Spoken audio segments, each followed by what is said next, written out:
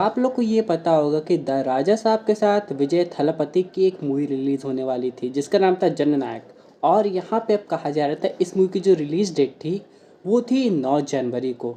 लेकिन कुछ कॉम्प्लिकेशंस हुए थे जिसकी वजह से इस मूवी पे हॉल्ट लग गया था। अब यहाँ पे सुप्रीम कोर्ट पे इसकी यहाँ पे आंसर का वेट किया जा रहा है कि फाइनली इस मूवी से जो स्टे है वो हटने वाला है कि नहीं। जैसे कि कहा जा रहा है कि 14 तारीख को यानी कि कल की डेट में इस मूवी को रिलीज़ कर दिया जाएगा। लेकिन बहुत लोग कह रहे हैं कि शायद ये डेट और एक्सटेंड होगी, यानी कि फैंस को 20 जनवरी तक का इंतज़ार करना पड़ेगा। हालांकि आने वाले 24 घंटे के अंदर इस बात की हम लोग को कंफर्मेशन मिल जाएगी कि ये मूवी कैसे वर्क करने वाली है। इसके अलावा यहाँ पे सबसे बड़ी बात ये है कि यहाँ पे ये विजय की एक फाइनल मूवी है।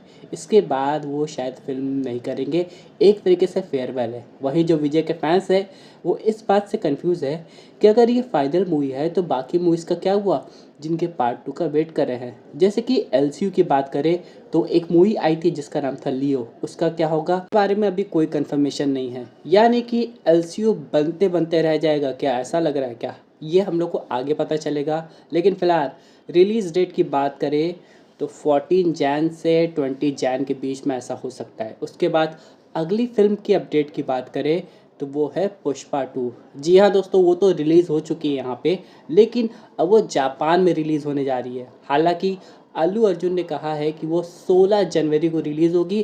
फिलहाल वो जापान पहुँचे हैं अपनी फैमिली के साथ और यहाँ पे उसके रिलीज़ इवेंट को सेलिब्रेट कर रहे हैं। उसका जो जापानीज़ ट्रेलर है वो ऑलरेडी वहाँ पे रिलीज़ हो गया है और वहाँ के लोग काफ़ी ज़्यादा एक्साइटेड है पार्ट 2 देखने के लिए। इतना ही नहीं, आगे जाके हम लोग को ये भी देखना पड़ेगा कि पुष्पा 3 में कितना समय लगता है।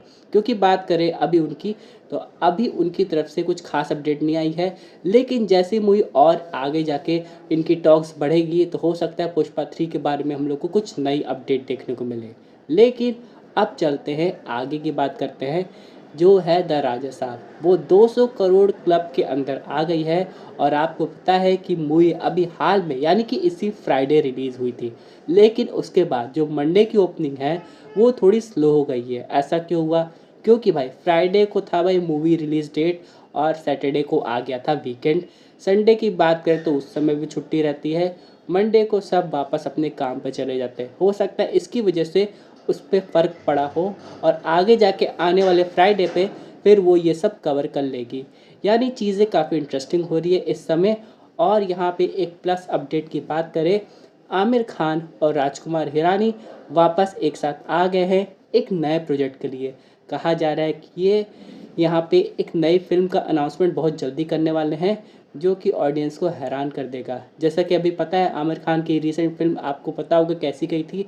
उसके बाद यहाँ पे आमिर खान बहुत सारी चीज़ों में प्रमोशन करते हुए नज़र आ रहे हैं और उसी के साथ उनकी नई फिल्म के अनाउंसमेंट बहुत जल्दी हम लोग को देखने को मिलेगी।